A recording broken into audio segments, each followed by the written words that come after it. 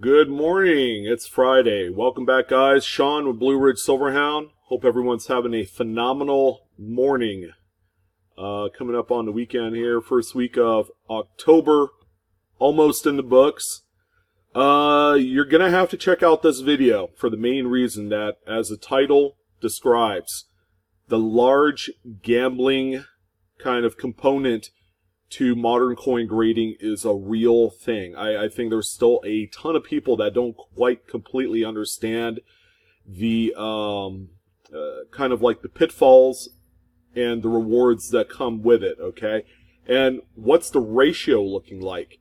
What percentage of people that send in one coin in the hopes that it'll grade out at the top grade will actually achieve that grade compared to, say, the other folks that receive a coin that is maybe a grade or two lower. So we're going to go ahead and explore those areas.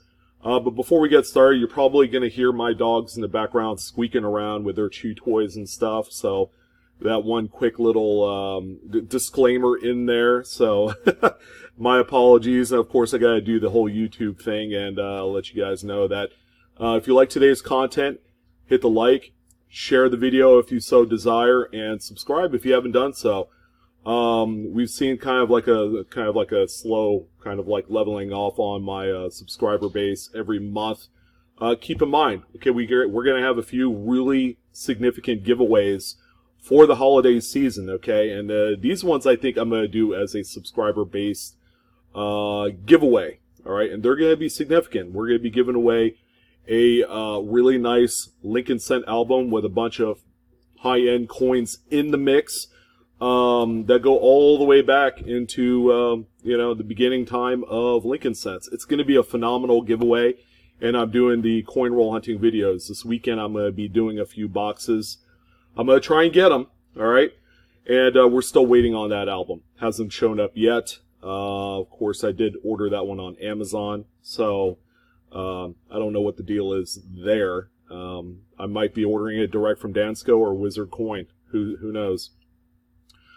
But anyways, grading. Okay, it's kind of like that one thing because it pops up so frequently on YouTube videos that it presents a huge, remarkable opportunity to really cash in on some of today's newest finds, or maybe some finds that are within the last 50 years, okay? I like to focus on coins that are post-1950.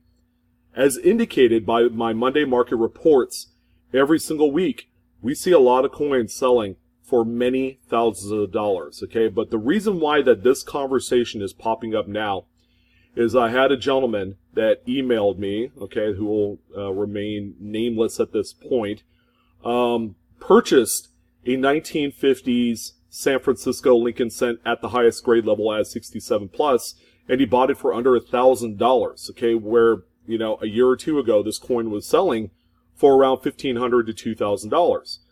So we're going to kind of explore what's at stake, what you're going to want to use as far as tools that are available online before you decide you get into it. And we're going to take a look at a few sales, okay, on certain specific dates, because that's important as well. So, the PCGS website, pcgs.com, okay, if you haven't bookmarked it and you're into, like, graded coins, authentication, that sort of thing, top pop, registry sets, and there's even a price guide, as you can see right up top here. This is a really great tool, all right?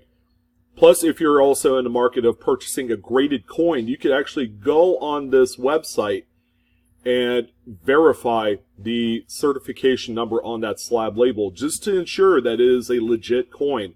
There are people that have actually popped out coins that maybe we're going to focus on Lincoln Cents, by the way, that, on the slab label says full red, but the coin is clearly brown or red-brown. These things just don't change color in the encapsulation. All right, these things are designed and sealed so that way you don't get the reaction, that you normally would if the coin was out of the case. So just being able to audit the information and the coin itself is useful on this website. But what I did was I went into Pop Report.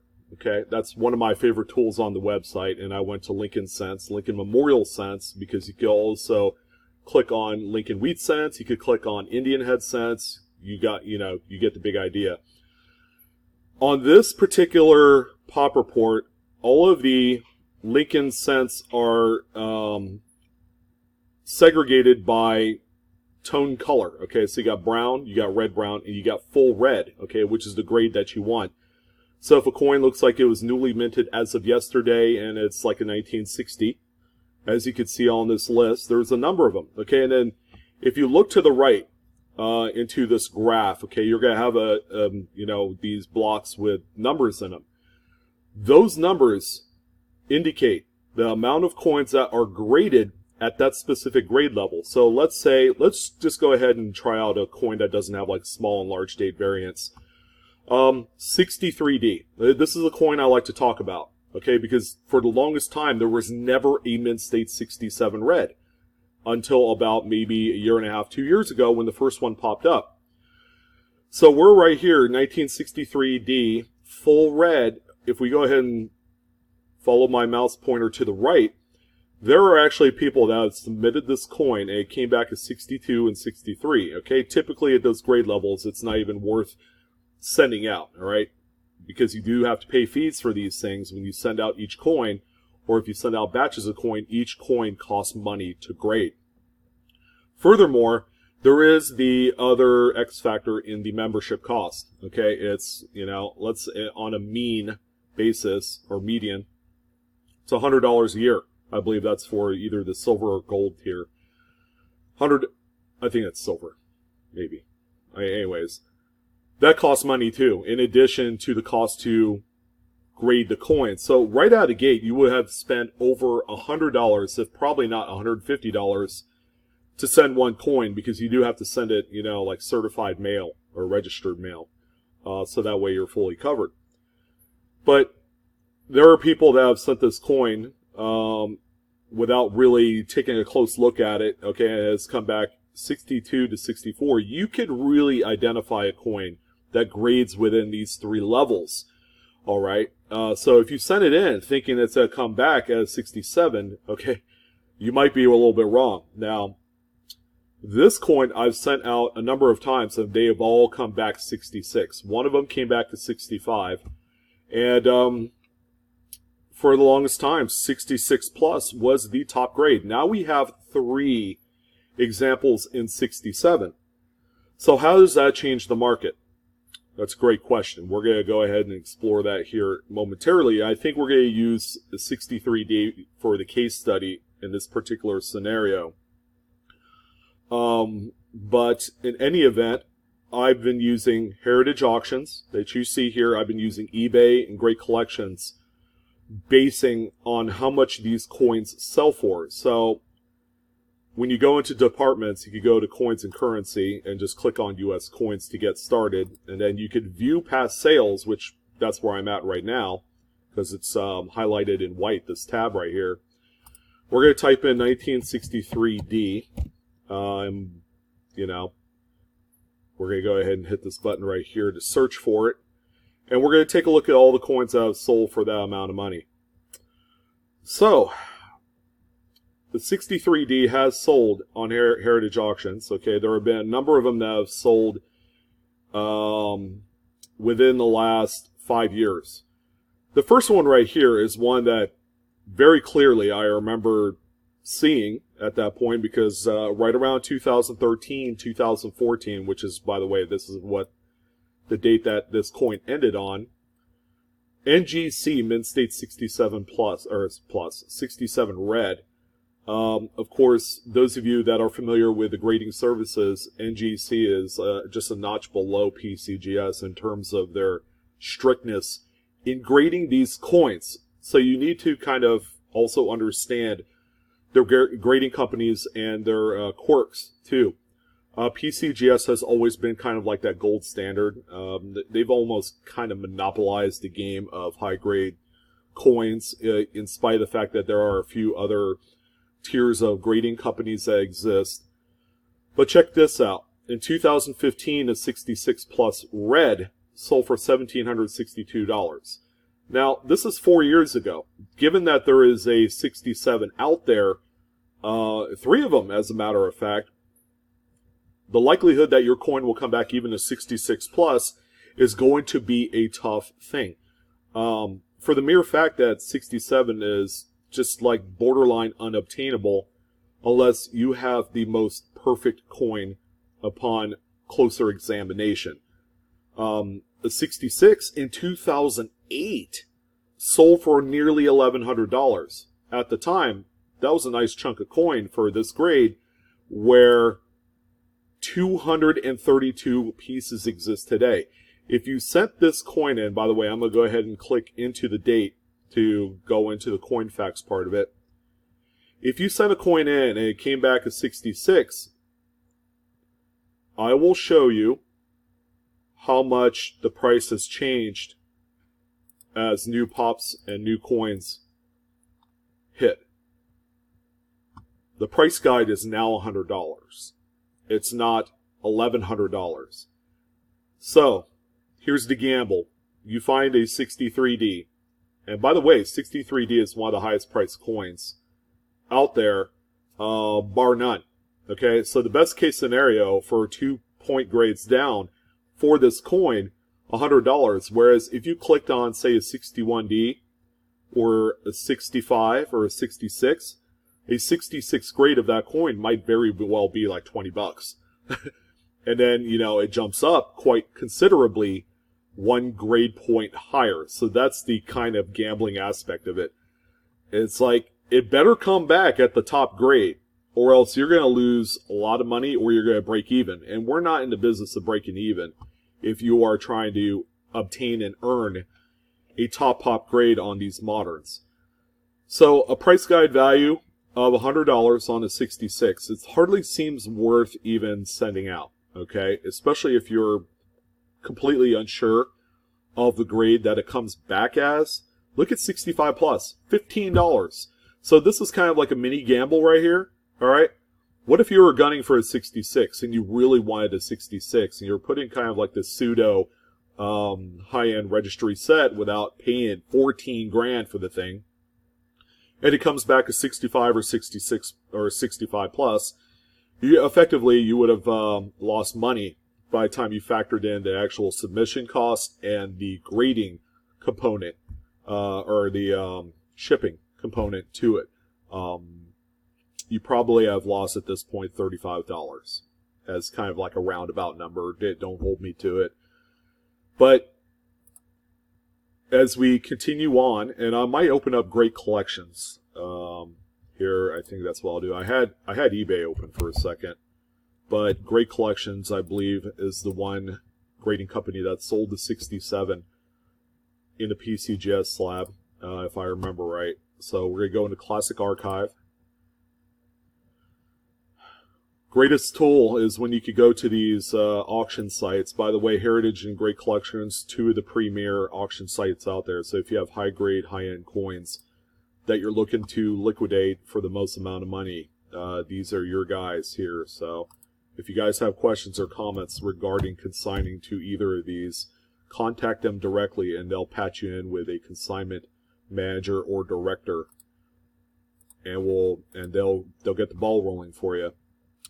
Throw in my little plug for those guys because they're both great companies. So take a look at this. The tail is in the tape, guys. This right here, this one that sold for $14,625 was the first documented mid-state 67 in this 63D. In addition, it sold September 30th of 2018, just shy of 1 year ago, ladies and gentlemen. But also take a look at this. Another example, one of the other 3 that graded out since this one example was originally graded, sold May 5th of 2019. And take a look at this price discrepancy between one and the other. See how far things have fallen in that time? It went from a 14.6 coin, and it sold for $3,200. Welcome to modern coin grading, ladies and gentlemen. This is what you need to know. This is real stuff. So as more are being discovered, of course, we have a couple NGC graded pieces in here, and then another 66 red that sold way back in 2014. Check this out. See just the incremental exponential price drop from one to the other. So let's say that third example hits the secondary market and it becomes made available on either a Heritage or Great Collections. Do you think it'll sell for more or less than the $3,200 on that second example? For the third one, mind you, or maybe the fourth example, but the third one that's hit the open market. I have a feeling that you're going to see probably a 25% price drop. So this might very well be like a $2,500 coin. So keep in mind, the more and more of these that you chuck over to the graders to have it come back authenticated, God bless the one day that someone sent out legit Mint State 67 coins and that person ended up having like 5 or 6 of them grade out 67. It's going to absolutely crush the market. But that is just the overall premise of supply and demand, even with graded coins. Not only submission, but selling. So keep in mind, this $14,500 price guide value that PCGS has there is simply just a guide. Okay, that's not indicative of today's real world value. So this in response to the gentleman that had emailed me about the 53 or the 53S or 52S, maybe you could clarify for me. This coin at one point was worth a few $1,000s and has dropped down, but a lot of pieces have been authenticated at that highest grade level. I believe it was a 67 plus. He bought it under $1,000, and his main concern was that him and a few other people that delve into high grade Lincoln Cents, they're seeing price drops all over the place. I'm like, yeah, well, just straight up publicity of coin grading in general and the popularity of such is disintegrating the market as we speak. As some of these, I mean, if we have a 4th, 5th, and 6th Mint State 67 of this 63D Lincoln Memorial Cent pop up, man, it is going to crush the market because you just don't have nearly as many buyers of such coins. You know, you might have quite a few people that actually do Lincoln Cent registries, and there are quite a few. You can even check it out on PCGS's website. But all in all, ladies and gentlemen, that's just supply and demand. This coin, at the end of the day, as we approach maybe 10, a pop 10, you know, where 10 examples grade at 67, will erode further. And I wouldn't be surprised if this becomes one of those $1,000 coins one day, but it'll always live in folklore of Lincoln Cent grading as being the final 1960s, or Lincoln Memorial Cent for that matter, to obtain the highest possible grade level of 67 or higher. It took a while, and now that we've seen it, the first coin popped on Great Collections at 14.6, which is why there's a 14.5 price tag. You really have to be careful.